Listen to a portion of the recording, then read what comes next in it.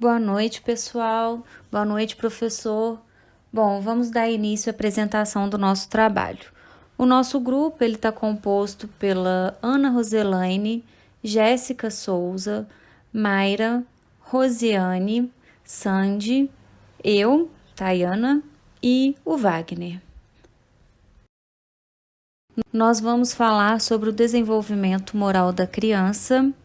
Vamos trabalhar as perspectivas em psicologia sobre a importância da generosidade no universo moral da criança. O objetivo do nosso trabalho é apresentar de forma sucinta, ou seja, bem breve mesmo, as perspectivas da psicologia frente ao desenvolvimento moral da criança. Mas a gente vai abordar também a importância das virtudes, em especial a virtude generosidade. Bom, para poder situar vocês sobre o que vamos falar, eu vou apresentar os tópicos que vêm aí pela frente. O primeiro é a moral e as virtudes. Depois nós vamos falar sobre as perspectivas de Piaget a Gilligan. Vamos abordar também a generosidade e as virtudes morais segundo o entendimento das crianças. E por fim, a gente vai apresentar a pesquisa que a Vanessa Lima realizou, a metodologia utilizada por ela, alguns dilemas que ela trabalhou e quais foram os resultados obtidos com a pesquisa. Agora eu vou passar a palavra para a Sandy, porque ela vai falar sobre a moral e as virtudes. Boa noite. Vou começar explicando os sentidos da palavra moral e como é importante em relação ao desenvolvimento humano. De uma forma ampla, moral significa um conjunto de obrigações necessárias aos indivíduos, em suas relações entre si de forma intersubjetiva. Qualquer ação que saia das normas dessa convivência seria uma ação considerada imoral. Outra forma de compreender a moral é como um comportamento altruísta, empático ou por compaixão. Resumidamente, a moral é algo muito maior que tudo isso. Ela nos mostra o valor real de fazer ou deixar de fazer algo, longe das alienações. Teoria aristotélica. Bom, essa teoria inspira pesquisas na área da moralidade, tendo um olhar voltado para as virtudes. Para Aristóteles, a educação não é para aprender a agir de forma correta, entre aspas, né? Mas seria educar os desejos para que se alcance a conduta virtuosa. A educação promovida pela escola distingue-se de outras práticas educativas, como as que acontecem na família, no trabalho, no lazer e nas demais formas de convívio social, por construir uma ajuda intencional com o objetivo de promover o desenvolvimento e a socialização de crianças e jovens e, em muitos casos, também de adultos. Sentido da palavra virtude. A virtude não possui um simples significado. Poderíamos dizer que é aquilo que o homem faz de melhor na busca da felicidade. De acordo com Aristóteles, podemos levar em consideração que estamos nessa constante busca e que não há algo maior, mais supremo, senão a felicidade. Parece que a felicidade, mais que qualquer outro bem, é tida como este bem supremo, pois a escolhemos sempre por si mesmas e nunca por causa de algo a mais. Mas as honrarias, o prazer, a inteligência e todas as outras formas de excelência, embora as escolhemos por si mesmas, escolhê-las-íamos ainda que nada resultasse delas. Escolhemos-las por causa da felicidade, pensando que através delas seríamos felizes. Ao contrário, ninguém escolhe a felicidade por causa das várias formas de excelência, nem de modo geral por qualquer outra coisa além da mesma. Educação das virtudes. A educação das virtudes vem para resgatar uma forma de se educar a sociedade frente ao que nela se perdeu ao longo de sua urbanização e modernização. Seu intuito é elaborar novas teorias ou resgatar aquelas que valorizam o ser humano. Boa noite, pessoal, tudo bem? Então, eu vou falar um pouquinho sobre a retrospectiva do desenvolvimento moral das crianças, desenvolvido aí por Piaget, Kohlberg e Gilligan. Para Piaget, apesar dele não ter aprofundado tanto os seus estudos no que tange a moralidade, mas ele desenvolveu um método clínico onde ele observou meninos e meninas brincando, como que elas lidavam com as regras. Tá? Então, os meninos ficaram com os jogos de bolinha de gude e as meninas os jogos de amarelinha e pique. E ele dividiu em estágios, onde o primeiro estágio vai até os 2 anos de idade, onde a criança ainda exerce uma relação puramente motora com esse brinquedo, né? Não tem uma moralidade ainda. O segundo estágio, que vai de 2 a 5, 6 anos de idade, é aquela fase marcada pelo egocentrismo, onde as crianças se submetem aos mais velhos, as regras são imutáveis, então o que o mais velho fala é aquilo e pronto, acabou, né? O terceiro estágio, entre 7, 8 anos até os 12 anos de idade, onde já surge a ideia de cooperação entre os colegas, entre ajudar, onde a criança ela não joga mais para ela mesma, mas ela tem uma visão de grupo e as regras já podem começar a ser alteradas por elas. Então, ela já não vê mais o adulto ou o mais velho como o líder e como, vamos dizer, o jogo é imutável. O quarto estágio, 11 e 12 anos, já surge o prazer pela disputa entre essas crianças. Bom, Piaget concluiu então que os meninos, na verdade, são mais voltados para a justiça e organização cognitiva, mais até do que as meninas. E ele faz uma ressalva que, muito provavelmente, pelo fato das meninas terem ficado com jogos de amarelinha e pique, pode ter prejudicado nesse desenvolvimento aí da noção da justiça. Diante dessa observação desses jogos, ele lança aí 3 tipos de justiça que ele percebe, que é a justiça retributiva, né? Onde todo ato, todo o que a criança faz de errado, ela vai ser punida, né? Ela já sabe disso, então, onde o adulto vai dar essa punição pelo que essa criança fez. A distributiva, que é a reposição à perda, então, se teve algo, vamos dizer assim, sanar o erro, né? O que pode ser feito para retribuir, para repor aquilo de errado que foi feito. E a imanente, que volta a ter aí a coação ligada ao adulto, né? Onde ele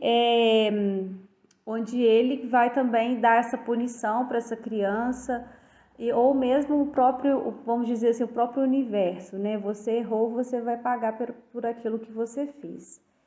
E diante desses 3 tipos de noções de justiça, que estão presentes o desenvolvimento moral. E aí ele vai destacar as 2 morais, que é a moral heterônoma e a moral autônoma. A primeira moral aí, a heterônoma, né, ela surge nos primeiros anos de vida, na verdade, na fase mais inicial da criança, e é onde a criança ela é muito sujeita ainda às regras, aos cuidados do mais velho, né? Ela não faz nada sozinha, ela é muito dependente, ela imita bastante o mais velho, né? Os pais, no caso, então ela é super e totalmente dependente em relação às regras e tudo. E a autônoma, né, como a própria palavra fala, esse indivíduo já se torna independente, capaz de exercer, de ter suas próprias funções e para a prática do próprio respeito, né, a prática do respeito mútuo. Então já é a fase adulta, já a fase da juventude, a fase adulta, onde esse indivíduo já sabe o que tem que fazer e já pode caminhar com as próprias pernas, tá joia? Bom, pessoal, então Kohlberg, Além das estruturas cognitivas de Piaget em relação à justiça moral, ele leva em conta aspectos sociais, afetivos e comportamentais do indivíduo. E para isso ele vai estabelecer aí três estágios diferentes, também divididos por faixa etária, onde o nível pré-convencional, que é o primeiro, é abaixo dos 9 anos, a moralidade heterônoma, as consequências, né, onde esse indivíduo vai olhar as consequências e não as intenções, o individualismo, a questão do interesse, de fazer algo, buscar atender os seus próprios anseios apenas. O segundo estágio, que é o nível moral convencional, que a maioria dos adolescentes e dos adultos, que já é a fase, né, da maioria das pessoas, na verdade, embasado pelas relações e conformidade interpessoal entre esses indivíduos, o seu ponto de vista em relação ao ponto de vista dos outros, né? Não vale apenas o que você pensa, mas o que o outro pensa. Busca pelo bem do grupo, interesse individual, ele só vai fazer sentido se for beneficiar a todos, não apenas a si, né? Como no primeiro estágio ali. E o nível pós-convencional, que infelizmente aí é uma minoria depois dos 20 anos, onde você já vai ter esse sentido social de legalidade, de moralidade, eles já vão andar juntos, os princípios éticos universais, a questão da justiça, da igualdade, dignidade, imparcialidade,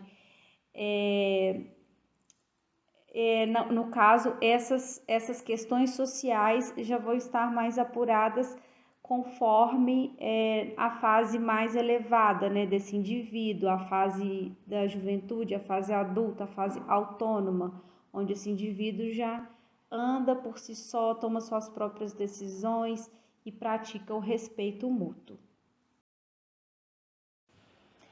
Para Gilligan, a pesquisa já revelou a ética do cuidado, né? Sua pesquisa, ela revela o cuidado, onde a mulher possui uma forma diferente de raciocinar. É claro, né, gente? Desculpa aí, não resisti. Enquanto a mulher reflete a voz do cuidado, o homem valoriza a voz da justiça. Então, diante dessa situação, ela relaciona duas situações que estão ligadas à moral. A primeira é a realização, onde numa situação de disputa, a mulher não teme ser incapaz, mas sim de ferir alguém. E na segunda situação, a aflição, onde numa situação de intimidade, o homem teme a perda dessa liberdade. Então, o que significa isso na prática? Um exemplo clássico de relacionamentos, né, de casais, onde a mulher ela tenta de todas as formas manter o relacionamento, manter a harmonia daquela família, daquele casal, para que não chegue numa situação pior, para que não chegue numa situação de separar, e o homem é o contrário. Para ele, a separação é necessária para a sua masculinidade.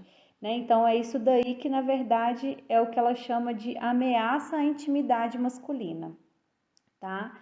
Então, enquanto a mulher vai sempre ter aquele cuidado de levar todas as suas relações para que ninguém saia magoado, para que ninguém saia ferido dela, o homem, ele já preocupa mesmo consigo, né? Com o seu próprio ego, vamos dizer assim.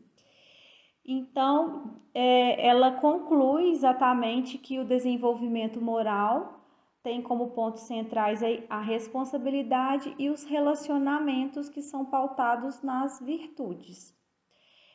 Diante desses três posicionamentos, né, Piaget e Kohlberg, a gente pode observar que fundamentam-se basicamente no racional, né, na lógica cognitiva, no senso da justiça.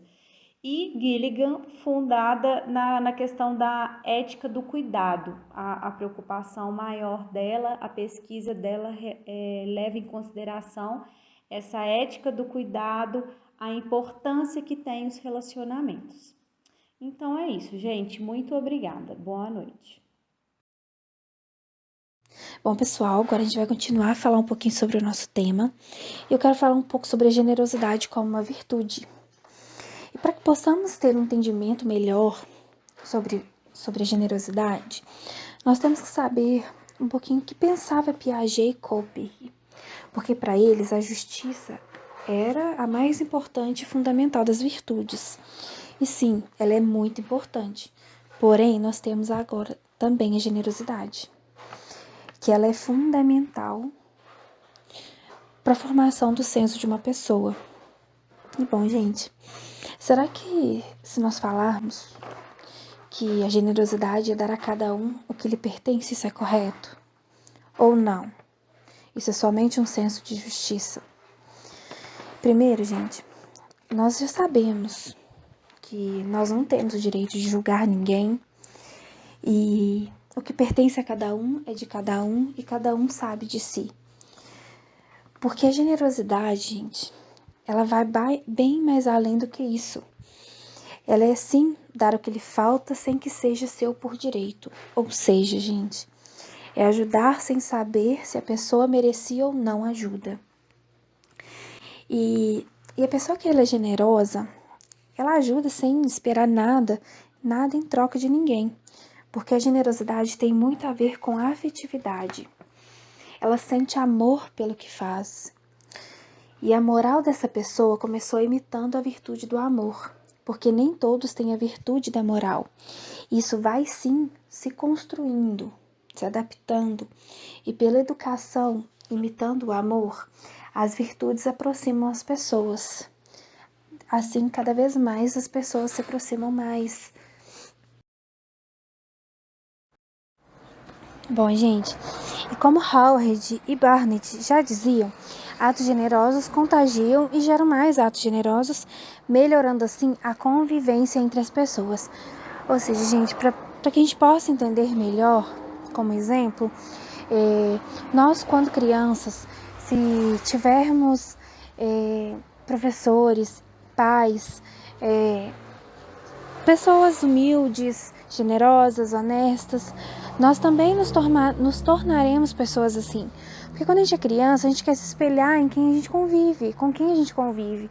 E nessa etapa da vida, são pessoas mais próximas, são nossos pais e são nossos professores.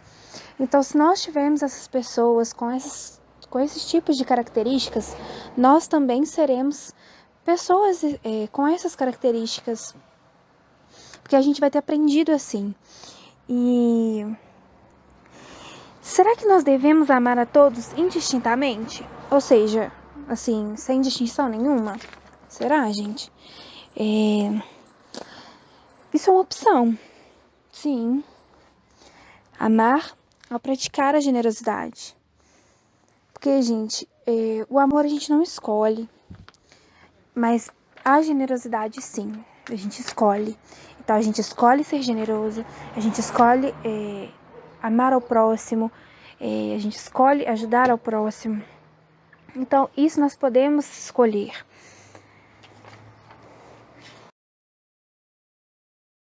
E para podermos finalizar, então, a gente fica aí com uma frase do filósofo francês André Comte-Sponville, que o amor nos destina à moral e dela nos liberta. A pureza, a justiça e a generosidade estão naturalmente presentes nas atitudes daqueles que amam. Agora que a gente trabalhou os principais conceitos e as teorias, a gente vai falar um pouquinho sobre a pesquisa de Vanessa Lima. Ela realizou um estudo com 120 crianças na cidade de Porto Velho, entre meninos e meninas de 6, 9 e 12 anos, das escolas públicas e particulares da cidade. O objetivo da Vanessa e da equipe dela era de entender como que as crianças enxergam a generosidade no dia a dia e como que elas praticam. A metodologia que ela usou foi o dilema. Eles propunham situações da vida real para essas crianças, davam a elas algumas alternativas e depois que elas informavam a escolha delas, elas eram inquiridas para saber qual foi a razão, o que levou aquela criança a tomar aquela decisão, né? Qual foi a razão? Então vamos lá, vamos falar do dilema 1. José e Pedro são irmãos. Um dia, José chegou em casa com fome. Descobriu que só havia 2 frutas para comer, uma maçã e uma banana. José lembrou que maçã é a fruta favorita do seu irmão. Então, apesar de também ser a fruta favorita dele, José comeu a banana e deixou a maçã para seu irmão. Uma segunda situação. Marcos e Daniel são irmãos. Um dia, eles ganharam um pacote de biscoitos recheados.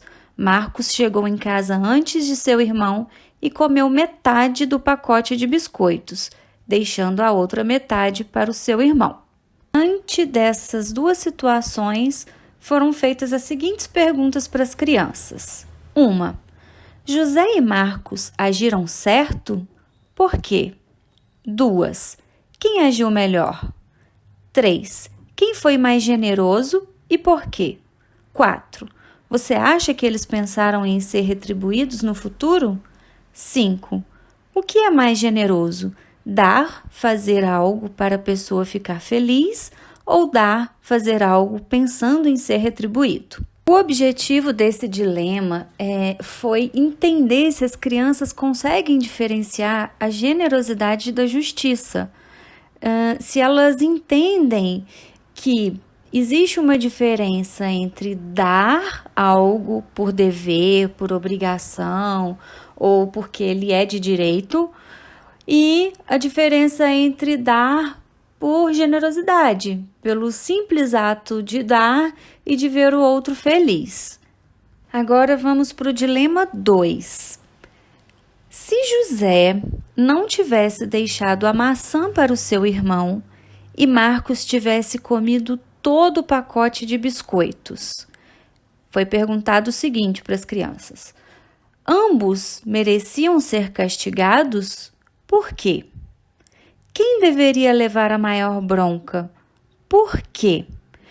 Aquele que comeu o pacote de biscoitos todo sozinho ou aquele que comeu a fruta preferida do seu irmão? Bom, o que a pesquisa queria com isso? Eles queriam entender se as crianças sabem diferenciar o injusto do não generoso no que se refere à punição. Então, por exemplo, a injustiça e o ato não generoso, eles devem receber a mesma punição? E essa punição ela deve ser proporcionalmente igual ou não? Quem que estaria mais errado, né? Quem é uma pessoa injusto e comete injustiças ou aquela pessoa que deixa de ser generosa?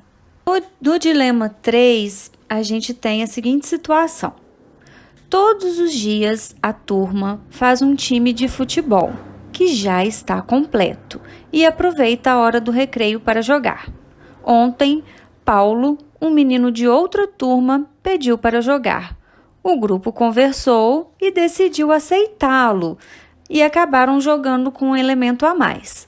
Mas o jogo ficou todo desorganizado e não foi bom. Segunda situação. Nessa mesma hipótese, quando Paulo perguntou se poderia jogar, o time conversou e decidiu não aceitá-lo no jogo. O jogo então foi ótimo e eles se divertiram muito. As seguintes perguntas foram feitas para as crianças. A turma estava certa em deixar ou não deixar Paulo jogar? E por quê? Em qual dos 2 casos a turma agiu melhor? Aqui, qual que é o objetivo do estudo? Entender a generosidade versus o prejuízo material. Como assim? A generosidade, será que ela é valorizada pelas crianças sempre e em todas as situações por igual? Ou será que diante de um bem material, um interesse maior que elas têm em algum objeto, será que isso gera um conflito principalmente quando há um prejuízo diante daquilo que elas gostam, no caso do jogo. Como que elas agiriam? Agora, vamos falar sobre o que esse estudo descobriu, ou seja, quais foram os resultados, né? A Vanessa, ela separou as descobertas do estudo na faixa etária, classe social e também aspectos gerais. Bom, de acordo com a faixa etária, ela observou que as crianças de 6 anos, elas têm como base o egocentrismo. Por quê? Porque elas costumam ligar a ideia de generosidade ao ato generosidade dos pais para com elas. Então, elas só entendem generosidade quando elas olham o que os pais fazem por elas. Ainda é um conceito vago na cabecinha delas, né? Elas também têm o aspecto normatividade muito característico, que elas, um exemplo, né? Elas falam assim, eu resolvi fazer isso porque meu pai disse que é bom ser legal com todo mundo. Então, ela está ligada ainda à normatividade, às regras, ao que lhe foi passado pelos pais como correto. Elas têm também respostas autorreferenciadas. O que seria isso? Elas acabam pensando na escolha delas de acordo com um proveito próprio. Por exemplo, elas falam assim, eu escolhi isso porque se eu deixar ele brincar comigo hoje, amanhã ele vai deixar eu brincar com ele. Ou seja, existe um proveito pessoal aí nessa escolha. Ela espera ganhar algo em troca, optando por essa ação. Elas também são heterônomas, porque quando elas dizem assim, meu pai diz que é bom ser legal com todo mundo, elas estão, na verdade, só replicando aquilo que lhes foram passados. Então, por exemplo, te passou que essa é a regra, elas vão entender que esse é o correto e vão apenas replicar. Elas ainda não têm a capacidade de, por si só, emitir um juízo de valor e decidir nessa idade, né? Agora, já aos 9 anos, elas começam a ter um raciocínio lógico, as respostas delas são heterorreferenciadas, começam a ser heterorreferenciadas porque, na verdade, elas entendem o conceito de generosidade com relação aos pais perante os terceiros. Então, antes era com relação aos pais para com elas. Agora elas começam a entender que os pais também são generosos com outras pessoas, como os vizinhos, familiares, etc.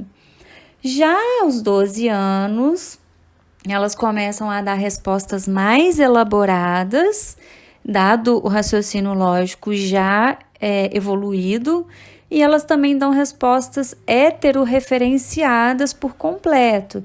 Então, elas já entendem que não só os pais são generosos, elas também podem ser generosas com as outras pessoas. E também há uma evolução crítica que surge especialmente no dilema da maçã e do biscoito, porque elas entendem que em ambas as situações a criança injusta e a criança não generosa deveriam ser castigadas, porque elas compreendem que ambas exigiam uma ação de qualidade positiva ali. Bom, com relação à classe social, o que o estudo revelou?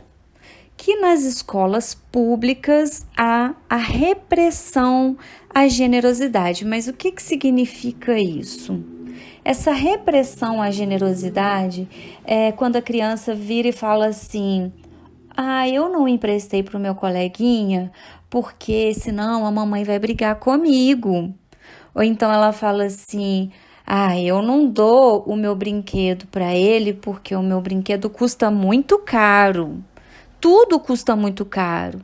Ou então ela fala assim: ah, eu não dei para ele porque ninguém dá para mim. Então aí a gente vê que há uma repressão à generosidade baseada na questão econômica, social, cultural.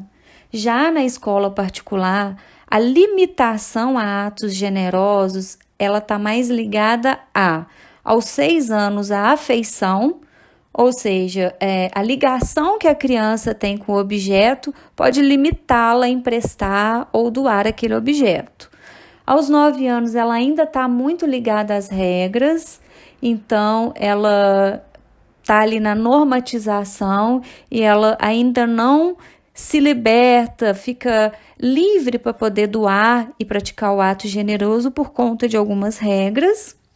Agora, já aos 12 anos, as crianças já têm consciência de ajudar, assim, por si próprios, elas tomam as decisões. Um outro aspecto interessante que a Vanessa descobriu nas perguntas e respostas que eles fizeram foi a questão da retribuição. Na escola pública, as crianças elas esperam ser retribuídas, tanto quando elas praticam um ato generoso, quanto quando elas praticam um ato justo. Então, elas praticam já esperando, peraí, deixa eu ver o que eu vou ganhar com isso. Ou então elas falam assim, eu vou fazer isso porque eu espero aquilo. Né? Quando elas dizem, eu vou deixar ele participar do jogo porque eu quero que ele deixe eu jogar amanhã também. Então, isso demonstra a intenção de troca, né? Uma espera, uma expectativa por algo. Já na particular, as crianças não demonstraram muito essa espera de retribuição. Elas simplesmente agiram sem esperar nada em troca. Bom, um outro aspecto que foi observado também, uma outra diferença, foi com relação ao ato justo e o ato generoso. Por quê? O ato justo é aquele em que a criança deixou metade do pacote para o irmão de biscoito, né? Já o ato generoso foi aquele em que a criança deixou de comer a fruta favorita dela para deixar para o outro irmão. Só que as crianças da escola pública, elas inverteram isso. Elas consideraram o ato justo como sendo da maçã e da banana, e o ato generoso como sendo o ato do biscoito. Já as crianças da escola particular, elas tiveram a noção de que ambos os atos foram generosos. Uma outra diferença também foi com relação às respostas. Na escola pública, as crianças tiveram uma ideia com relação às respostas autorreferenciadas, assim, não é 100%, mas predominou as respostas autorreferenciadas, no sentido de que elas faziam aquilo esperando algo em troca. Elas também tinham a expectativa de receber alguma coisa, ela também estava envolvida, então aquilo também beneficiava ela de alguma maneira. Já na escola particular, o predomínio foi de respostas heterorreferenciadas, ou seja, elas estavam mais envolvidas com o que o outro queria, com a satisfação do outro, de ver o outro feliz, né? No geral, também não é 100%. Bom, agora a gente vai falar sobre algumas diferenças que o estudo apontou, independente da idade e da classe, no geral mesmo. Foi com relação à generosidade e à justiça. As crianças, elas não entenderam muito bem a definição, a conceituação do que seria justiça e do que seria generosidade.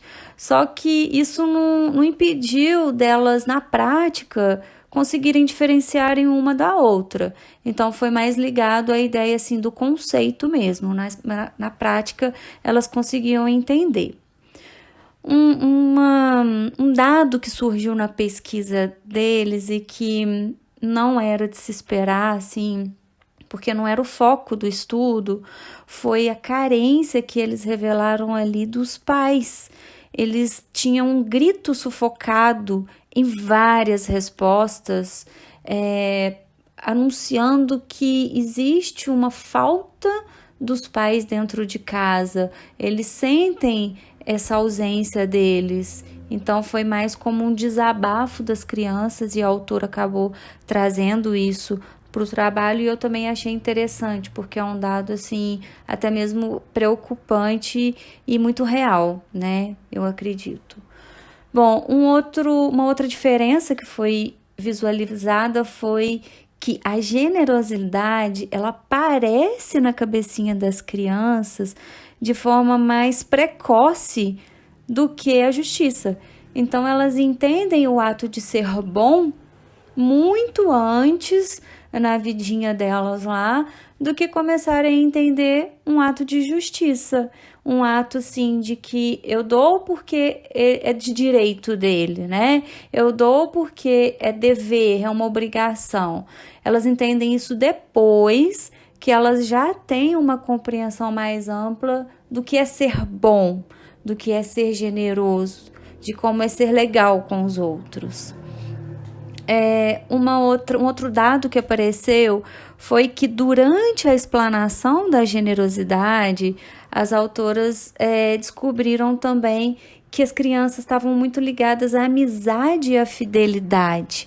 Então, quando elas falavam assim, eu vou deixá-lo porque eu quero que ele seja meu amigo, eu vou deixar porque senão eu posso perder a amizade dele. Tá aí, né? A virtude da amizade, da fidelidade, que tá aí andando juntinho com a generosidade na cabecinha delas. Um outro dado importante foi a questão de que tanto os meninos quanto as meninas, eles olham para as meninas como mais generosas. E para os meninos, eles são vistos por eles como mais agressivos. Bom, gente, agora eu vou concluir o nosso trabalho. A gente pode observar que as teorias que foram abordadas ao longo do trabalho de Piaget e Kohlberg, elas demonstraram claramente o porquê das diferenças entre as idades, né? Então, eles dizem que isso se dá por conta de uma evolução natural da idade. Eles passam de uma postura egocêntrica, de uma postura normativa, muito ligada às regras, para depois irem para uma postura mais autônoma. Então, eles vão da heteronomia, que é essa questão toda de não terem muita noção por si mesma do certo e errado, eles apenas replicam, imitam, né, aquilo que é passado para eles, para depois começar aos poucos, né, paulatinamente irem introjetando as ideias e formando na cabecinha deles o que é o melhor para o outro, o que eles podem fazer para o outro, como eles podem ser generosos. Aí eles vão diminuir essas respostas autorreferenciadas e eles vão acabar aumentando as respostas heterorreferenciadas, né? Ou seja, olhando para o outro e não olhando para si mesmos. Mas a Vanessa, ela deixa muito claro que essas diferenças apontadas entre as idades, elas não significam que as crianças mais velhas são necessariamente mais generosas, não é isso. Elas apenas compreendem melhor esse conceito, dada a idade mesmo, o raciocínio lógico, a capacidade de elaborar melhor as perguntas, as respostas, né, diante das perguntas.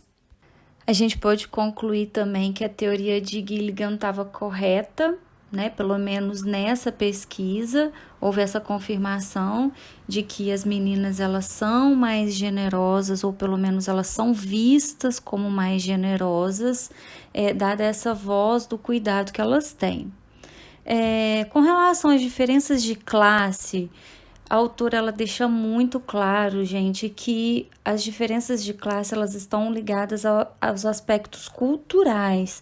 Então, tudo que envolve a questão da economia, aspectos sociais, tudo o grupo onde ela é inserida, o grupo social onde ela é inserida, as vivências que elas têm ali no dia a dia afetam nessas diferenças de classe social.